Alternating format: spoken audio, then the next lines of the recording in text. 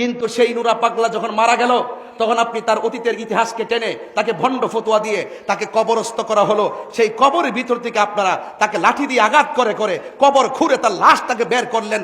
বের করার পরে তার লাশকে নিয়ে উল্লাস করেন, আল্লাহু আকবার, নারায়ে তাকবীর, আল্লাহু আকবার স্লোগান দিয়ে দিয়ে আপনারা সেই লাশটার মধ্যে আগুন ধরিয়ে পুড়িয়ে দিয়েছেন। আমার তো মনে হয় না এখানে যারা আছেন 60 বছরের মানুষ আছে, 70 বছরের মানুষ আছে, স্বাধীনতার আগে পরের মানুষ আছে, আপনাদের জীবনে কোনোদিন দেখেছেন কোন কবর থেকে লাশ তুললা, মুসলমানের লাশ তুললা আগুন দা পুরাইছে? এমন ইতিহাস কি বাংলাদেশে হইছে?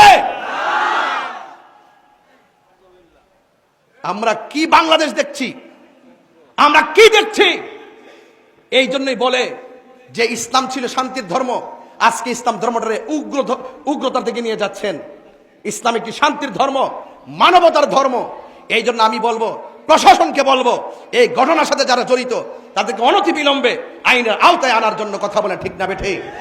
আমি যদি নেশা করি, আমি যদি জেনা করি, আমি যদি ব্যভিচার করি, আমি যদি কুফরি করি, আমি যদি মুশরিক হয়, তাহলে আপনার উচিত কি?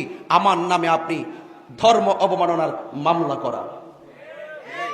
কেউ যদি নবীর বিরুদ্ধে কথা বলে, আপনার উচিত কি? তার বিরুদ্ধে ধর্ম অবমাননার মামলা করা, নাকি আপনি তাকে ধরে মেরে ফেলবেন? একটি বর্বর ইতিহাস রচিত হয়েছে আজকে। আমি দেখেছি নুরা পাগলা নামে একজন মানুষ মারা গেছে। যদি তার জীবনে অন্যায় করে থাকে, তার জীবনে যদি শিরিক করে থাকে, তার জীবনে যদি ভণ্ডামি করে থাকে, তার জীবনে যদি কোনো ধরনের কুফরি করে থাকে, সরাসরি বহির্ভূত করে থাকে, সে যদি একদিন করে থাকে, 1 মাস করে থাকে, আপনি মুসলমান হিসেবে দরকার ছিল বাংলাদেশের প্রচলিত আইনে তার বিরুদ্ধে ধর্ম অবমাননার মামলা করে তাকে গ্রেফতার করানোর। কথা বলেন ঠিক কিনা?